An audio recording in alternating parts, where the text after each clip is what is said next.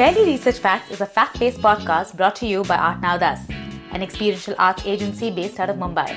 Each week, we pick a word at random, dive into it, and see what it brings to us. We are your hosts. My name is Ragini, and this is Shar. Let's go. Hi, and welcome to another episode of Barely Research Facts. Our word for today is mummy, and this one is an oldie but a goldie because this was our first ever word for a BRF episode ever in our lives. And so some of the information is... Okay, I don't think you stated it enough. It was the first? Okay. Was it? But yeah, we, Shar and I were listening to that episode once again when we were prepping for this episode, and two things. A, we've come a long way, for sure. And nice way to put it. Yeah, basically that episode was two facts that we just talked about a lot. But for someday we will play a little snippet from that for you guys so that you can just see where we started off at. But yeah, we should jump in. So this episode is about mummies in all its forms. Scary, angry, and everything else that mummies are. Yeah. So the first thing that came to my mind when we started with this word was obviously the Egyptian mummies. Yeah. One of the interesting things that I wanted to talk about was the Victorian obsession with mummies, and just not mummies actually, just everything Egypt. Oh. They did quite a lot of, I wouldn't say looting. Looting is quite an aggressive word for it, but maybe polite thievery. So there was a huge trade of import and export between, these different continents. And because it was a fascination, who's not going to be fascinated by, a person who was buried in this sarcophagus that was beautifully inlaid with gold and all sorts of other things? It's fascinating. Yeah. But there's also a darker side of things that was fascinating to me. People used mummies for all sorts of purposes, not just for display.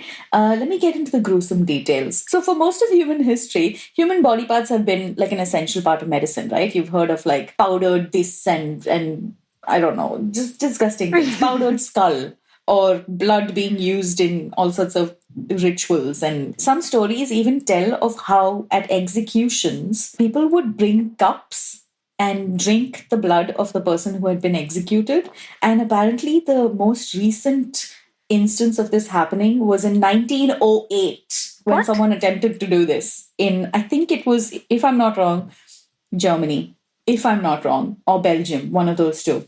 So yeah, fact check me on that, guys, but I'm pretty sure that that's a thing, that used to be a thing. So with that as the mise en scène of this story, mummies were often treated as sources of ingredients of medicine. So apparently, mummies had a substance that was used in the mummification process called bitumen. And bitumen is more commonly known as asphalt today. At the time, it was considered to have healing properties, which is so far off base because not only is it toxic, it's also carcinogenic. So these people were, clearly, if they were cured, it was the healing power of faith, because it was used to treat headaches, epilepsy, sometimes even blood clots. Oh. Yeah. So... way off base, huh? So, yeah, it was way off base, and it was also inaccurate because Europeans thought it was a wonder drug, but unfortunately for them, Egyptian mummies didn't typically contain bitumen, and they used another form of resin in the mummification process. So all of this for nothing, basically. But early associations were so strong that once mummies became more and more scarce, which drove up the price because people were so obsessed with getting mummies that the supply of mummies dwindled. Wow, okay. What the exporters started doing was that they would start sending quote-unquote lesser mummies.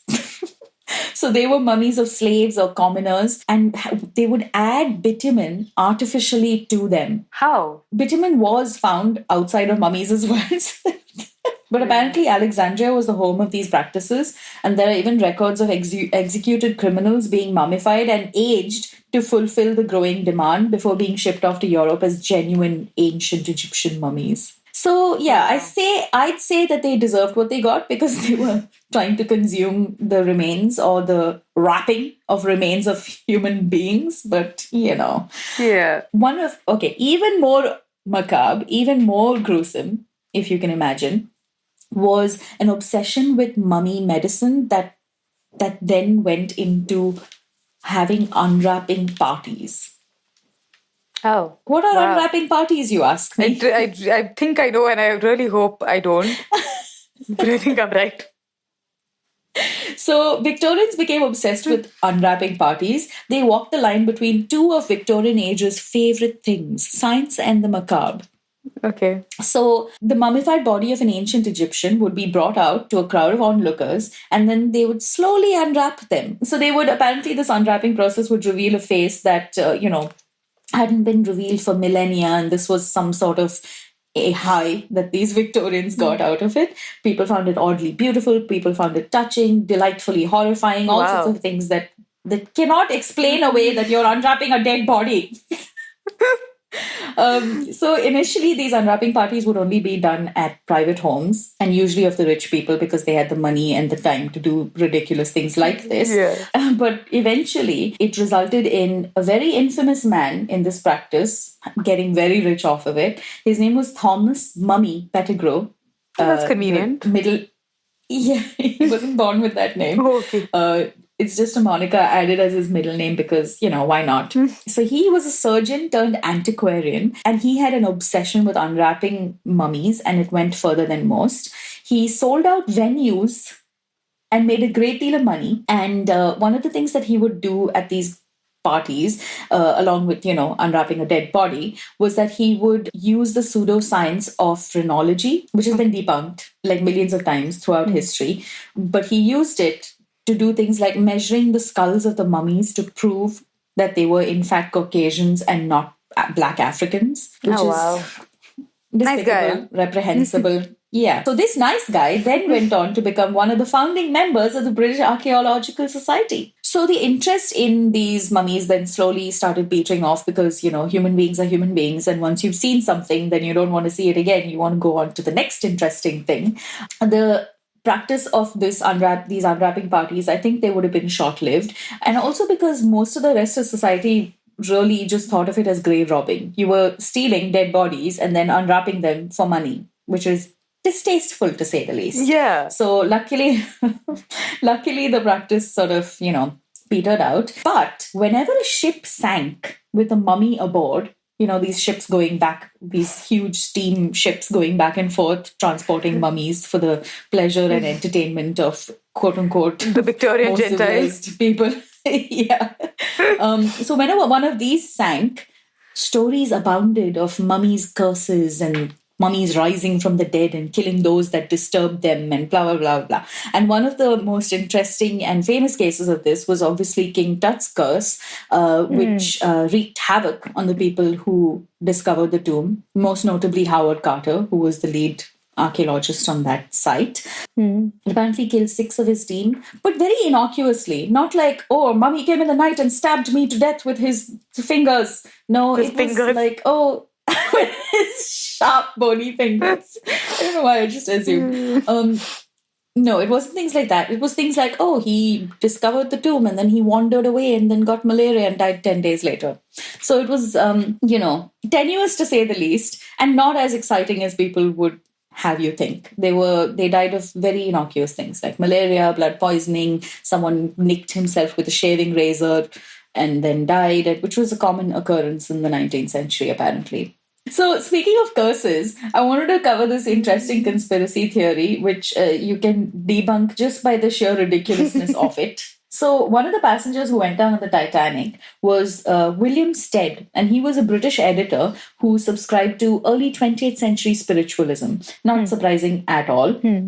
But he was very vocal about it, and he had spent several years claiming that a cursed mummy was causing mysterious destruction and disaster in London. This kind of myth played off colonialists' anxiety about people whose land they had plundered. So, there was such a thing as colonial guilt. And on board the Titanic, Stead repeated this tale to everybody who would listen about this curse. And so after the ship sank, a survivor recounted his story to the New York World. Okay. And the media picked it up. The next month, the Washington Post ran this headline: Ghost of the Titanic, Vengeance of Hoodoo Mummy followed man who wrote its history. Wow. So, yeah. And then, they were obviously based on this. There were many stories that apparently ran that told of a mummy that was being transported on the ship, etc. all provably untrue. And a supposed mummy that was on the ship is still at the British Museum, never left the British Museum, and continued to wreak havoc in London instead. Oh, okay. Yeah, so that's on mummies and the ridiculousness that people did with them. Okay, so moving on to another very famous mummy from period of the Titanic sinking. I also was interested in kind of understanding, like, have mummies sort of, is mummification a thing even in more contemporary times, or is it just something that's, only like back in the day in Egypt or whatever? And turns out that there are a lot of famous recent mummies, the most famous of which is the mummy of Lenin in Russia. And what is Russia right now? Oh. So Lenin died in 1924, and this was... Oh, God. Okay, wait. So Lenin, the communist leader? Yes, died shortly after the discovery of King Tut's tomb, and this sort of influenced the Soviet decision to preserve Lenin's body and display it at the Kremlin. Now, this was also at around the time that Stalin was sort of making his grab to power, and he was sort of, so building the persona of Lenin even in his death was really important to Stalin. So they sort of set about the process. Now, the exact chemicals and procedure that have been used to keep his body perfectly preserved are a Russian secret. But what we do know is that the mummification is an ongoing process. Now, this is really interesting because obviously the process of mummification differs to what it used to be in ancient times, also because scientifically things were far more advanced by this phase. So one of the things that they do is the Russians periodically immerse him in a preservative bath and then dress him in a waterproof suit to hold the fluids inside. There is an entire team that works around the clock to maintain what remains of Lenin's body, and they're called the Mausoleum Group. It was really fascinating to me to just kind of understand how this kind of all came together. Also because, there was such a clear political agenda to why they were doing this, but it's also an amazing, medical marvel about what they've been able to achieve.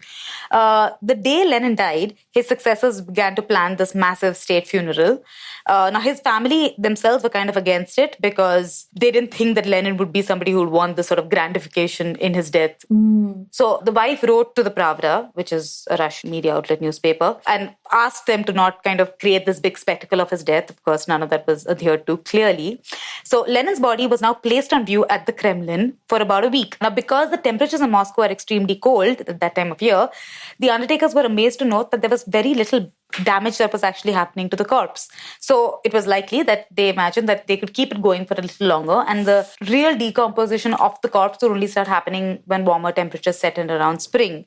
So the body was now in a natural frozen state, which gave the party leadership a much longer time to consider what to do with the body. Many were opposed to doing anything more than a burial in the Red Square, but at some point they decided that there were long lines of people still wanting to bid farewell to the leader. So they decided that they would create a tomb containing Lenin's body that would become a site of world pilgrimage for the working class. In March 1924, a physician named Vladimir Vorobyev and Boris Zbarsky, who was a biochemist of the Moscow Medical Institute, were asked to apply their newly developed biochemical method for embalming Lenin's body. By July, they were able to report that the corpse could remain in good shape indefinitely as long as it was regularly re-embalmed and cared for. And this was sort of considered the smashing success for Soviet science, just to see how far they'd got.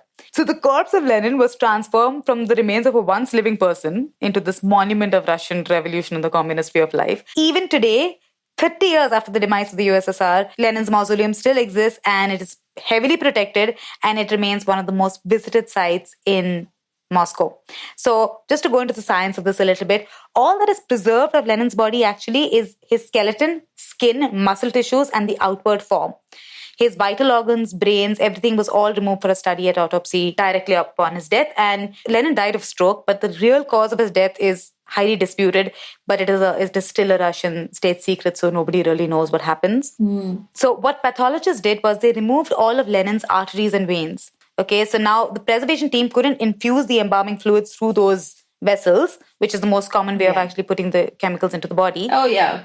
So what they did instead was they developed these micro-injection techniques where individual syringes filled with these embalming agents were injected directly into the portion of the body that required preservation at any given time. And they also invented a 2-layered rubber suit to fit over the corpse in order to keep a thin layer of the embalming agent sort of circulating the body at all times. So Lenin is currently embalmed in this blue business suit. That suit was tailored specifically to fit over the rubber suit. Oh. So that it gives the form of the body. So have you seen this mummy? Do you know Like what it in looks like? person? No. In pictures, yes. It's on Google. But every other year, the entire corpse is re-embalmed and submerged in this massive chemical bath for about 6 weeks. It is constantly under surveillance for areas of deterioration or immediate repair. And apparently, Lenin now has artificial eyelashes because his eyelashes were damaged in an early embalming process. His nose, face, eye sockets, and several other parts have been resculpted to keep the facial appearance as close to the original, and therefore it has a far more lively look. But what's really fascinating about this is that while all of this is whatever it is, just all of these preservation techniques and just the documentation of how this process has to run has actually helped many living people, because it's helped create new equipment that's designed to keep blood flowing through donor kidneys, even non-invasive skin tests to measure cholesterol. So there have been a lot of medical advancements that have happened as a result of this process to kind of keep Lenin's body embalmed indefinitely and preserved indefinitely. And so to say, maybe it's not all, I mean, in the big picture, inadvertent, I'm guessing, but it's kind of paid off. Yeah, for mummification. I do think this is a very pleasing episode to listen to, I must say. It is. And I wish we would stop talking about mummies. Though, I found this amazing story about 3 Incan mummies. Oh, God. I must tell you about it. Okay. So, these 3 mummies, they're known as the children of llullaillaco, and it is a bit more on a somber note than our jokes about transatlantic mummy attacks. Because they were children, obviously. It's always unsettling to hear about things like this. Not only that, they were the victims of human sacrifice. So the Incans are, they're well known to have been very ritualistic, along with, being great builders and, just having just a very vibrant, vivid culture. They also conducted human sacrifices. So the children of llullaillaco, they were found in the Atacama Desert. Now, the interesting thing about the Atacama Desert is that it's a plateau. B, it's got interesting climate. So it's such a dry desert that there's an almost total lack of precipitation. And what this meant is that the mummies of these children, they were so intricately preserved that you can see their facial features. You can see what they look like. Their hair is maintained. So, one of the defining characteristics. So these are naturally preserved mummies, as a result of the temperature. Yes. Oh, wow. And if you look at a person, the thing that usually defines them is their hair. If you look at a bald person, no offense to bald people anywhere, but it is, if they had hair, it completely changes their look, doesn't it? So there's 3 children. There's the llullaillaco maiden, who was 13 years old, and there were 2 younger children also present in the tomb. There's the llullaillaco boy and the lightning girl, because at some point she got struck by lightning. Oh. And so these 3 children, they were human sacrifices, and not only that, they were fed mind-altering substances as well as alcohol, basically, to maybe keep them docile, but also maybe as part of the whole process. So they were biochemically analyzed, their hair in particular, and it yielded such a lot of detail about things like what they ate in the last 6 months to a year before they were sacrificed. Yeah. So do you know hair grows about 1 centimeter a month, and thereafter, once it's grown out, it remains unchanged. And obviously, everything you put into your body affects everything on your body. So they analyzed the hair centimeter by centimeter, and thus they could build a profile of what the kids were fed, basically, in the year leading up to their sacrifice. So another thing that this pointed out was that it's highly organized. These children were chosen a year before their actual sacrifice. They were fed all sorts of things. They were, given mind-altering substances. So in Incan religious ideology, coca and alcohol could, induce altered states associated with communing with spiritual beings or with basically anything sacred. Mm-hmm. So the reason that they did this was to better communicate with their gods. Okay. Is one of the theories. And also it kept them very calm. Yeah. They probably knew what was going to happen, but since it was part of the culture, they were expecting it. They knew what would happen, and this just helped them Oh God. just keep calm. Yeah, it's grim. It is. And can you imagine when I was reading through this? So, how long ago do you think all of this was happening? Like, I don't know, a couple of millennia ago? Well, no. I mean, I thought the exact same thing, but it's about 500 years ago. What? 600 years ago.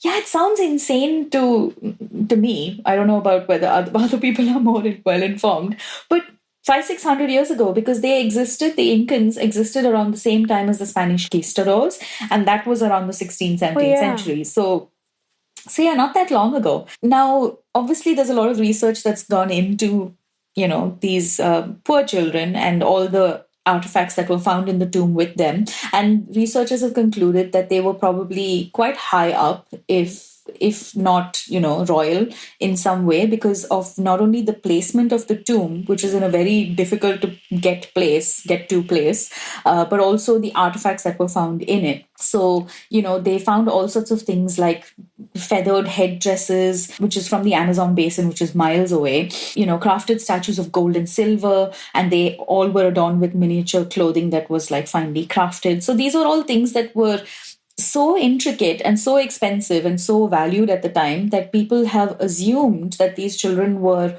special in some sort of way. Not only for the fact that some of the other, sacrifices, especially children, they found violence associated with the deaths of the children, dear. but these kids were allowed to go calmly. So that's the story, quite the sad story of the children of llullaillaco. Yeah, oh God. I know, I did bring the mood down a bit. But I'm coming to a really delightful practice of self-mummification, which is something I found out about recently. Lord. Yeah. Are you okay?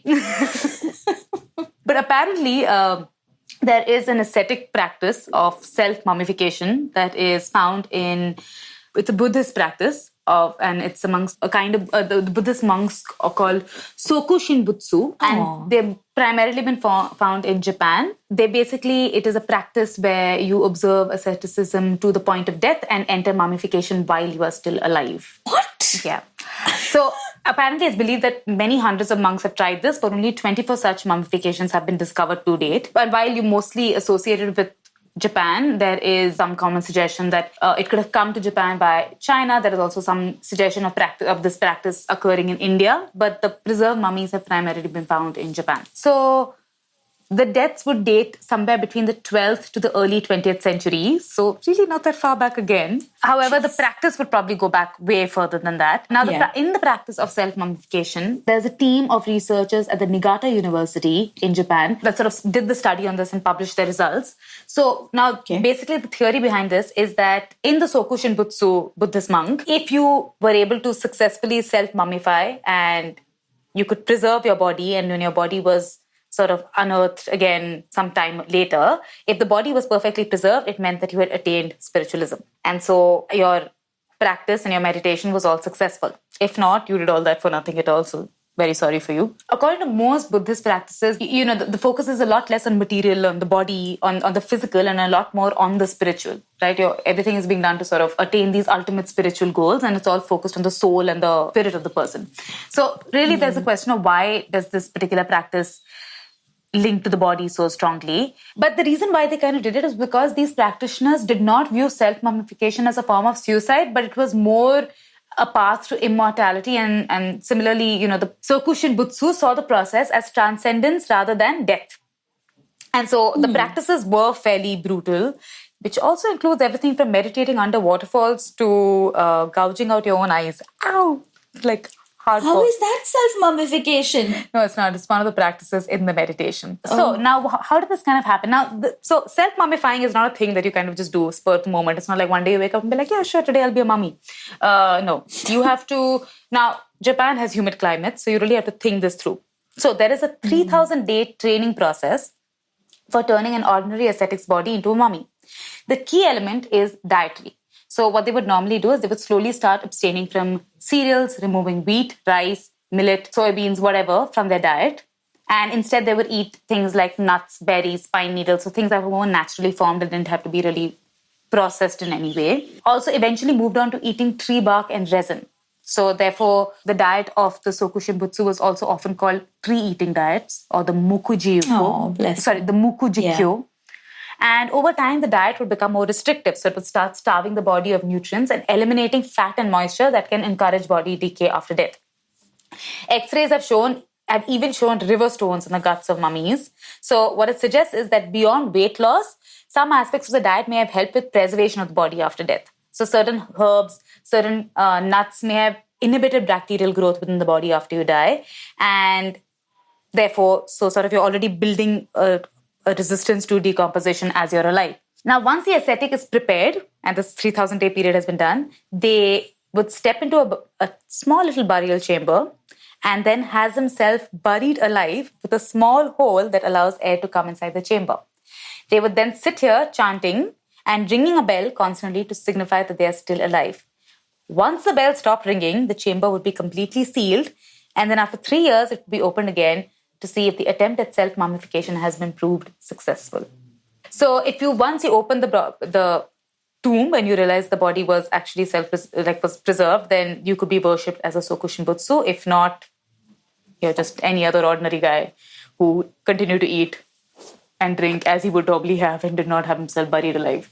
So I think it's kind of tragic. They had a small cheat. So if they opened, the body was not fully decayed but was also not totally preserved, they would just be treated with incense smoke to kind of just ensure it would last. So they would sort of add on to the mummification process once they opened you 3 years later and say, okay, cool, you're almost there, so we just push it along a bit.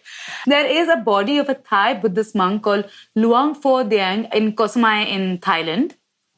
And the monk's body is you can see the pictures on Google, and we'll probably put up on the blog post, but it's a very clearly mummified body. But then also, for some reason, this body, the robes that have been added to it are possibly new. And they're also, he's also wearing a pair of shades for some reason, which I'm also going to assume are fairly new. What? So that is the completely gruesome, terrifyingly disturbing practice of self-mummification. I don't think this practice still continues in Japan any longer, and there was a point after which exhumation became illegal in Japan. So a lot of mummies a lot of priests who actually went down this road may not have been exhumed at all, therefore have not been revered. But do not try this at home, kids. So just a small thought that struck me when we were talking about mummies. When did mummies become scary? Yeah, gruesome, yes, but when it's this terrifying white-wrapped thing walking around the place, killing people. Walking around and coming back and killing people. So apparently there are other things that contributed towards this into the popular imagination. But Arthur Conan Doyle, he is apparently credited as having a role in the evolution of the malevolent mummy trope, and along with Bram Stoker. So they both wrote they both wrote very famous stories related to, mummies and just generally, I won't give away the plot of the story, but there's a particular story called Lot Number 249. I've read it in the research of this episode, and it was eerie. It was typical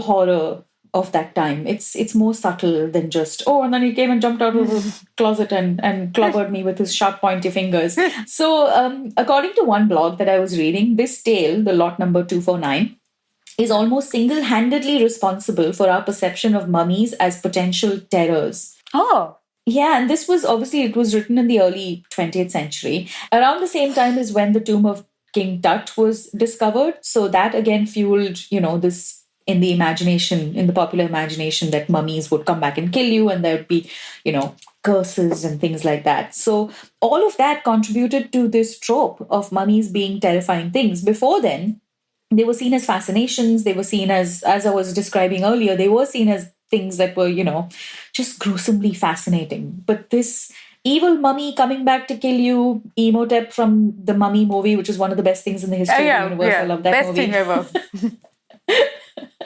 All of that came much later on, which I found really interesting. Yeah.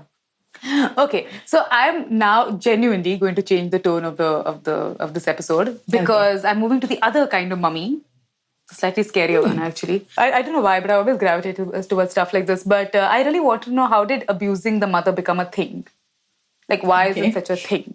Okay, so down I went, and it Turns out that the first citation of the word comes from court record, actually. It is from the Texas Court of Appeals, and it is an account of a trial where a witness described a defendant being called a goddamn mother effing bastardly son of a bitch. And this was his grounds for being excused for killing a man. So basically, he said that he called me an MFing, etc. thing.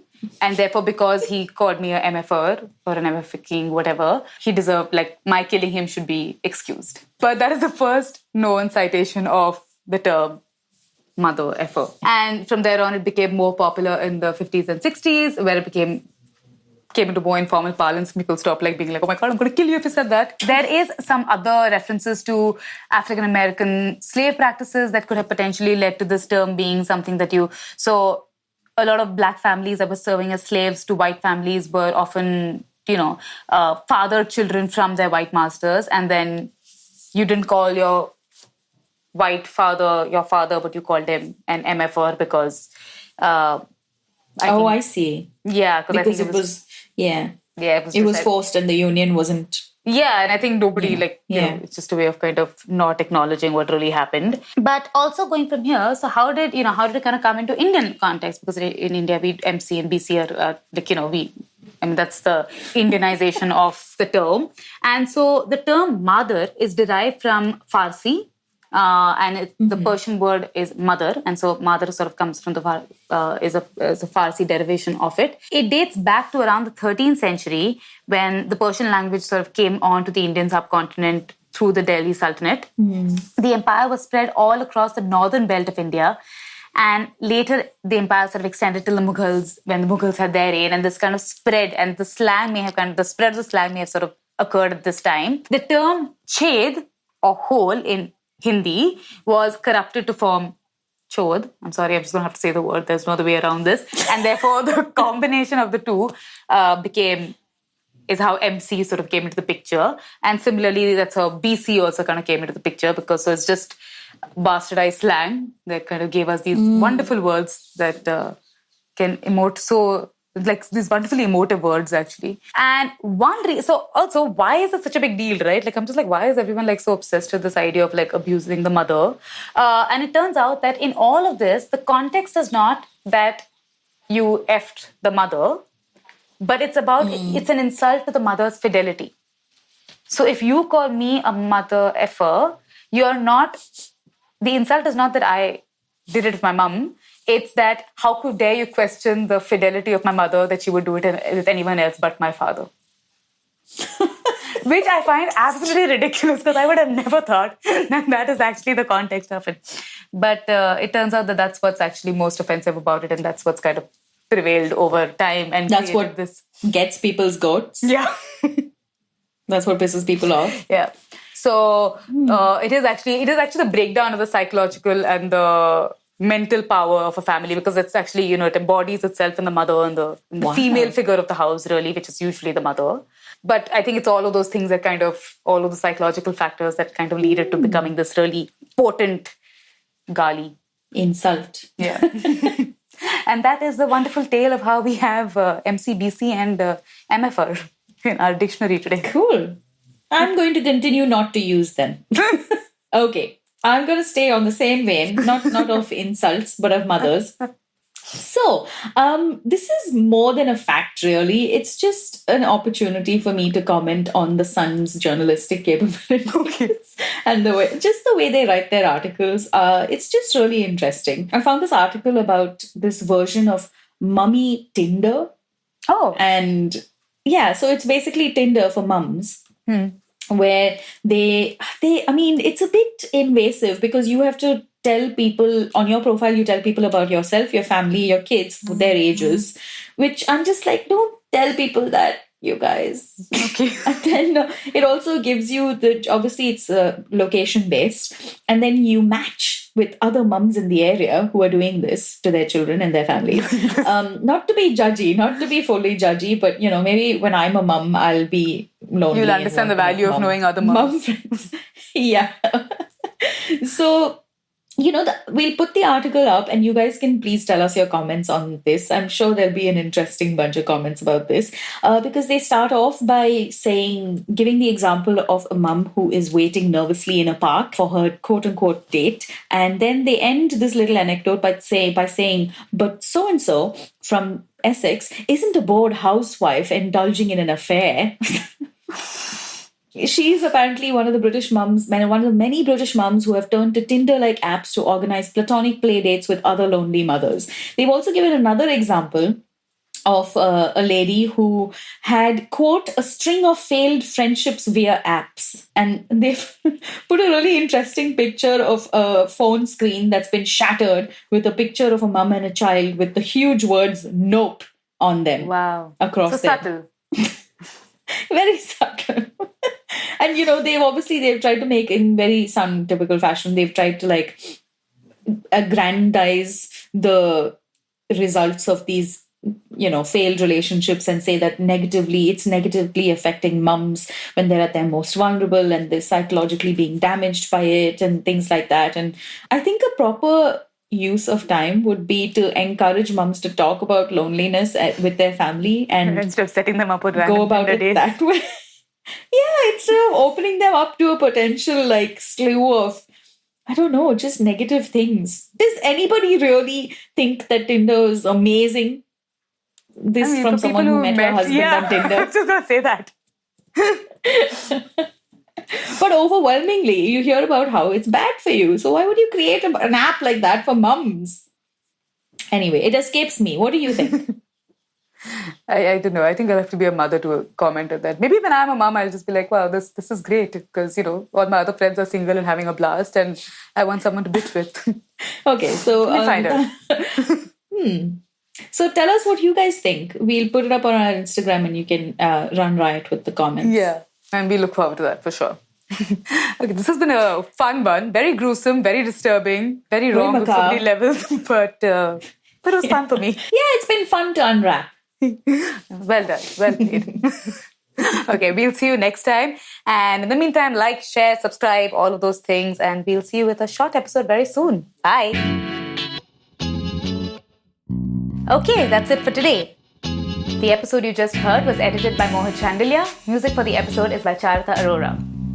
If you'd like to reach out to us about the podcast, the episode, or you just want to say hi in general, we're on Instagram as Barely Research Facts. You could also come to the website at www.artnowthus.in. If you like the podcast, review, subscribe, and please share it with other podcast lovers in your circle. It would mean so much to us. Until next time, bye.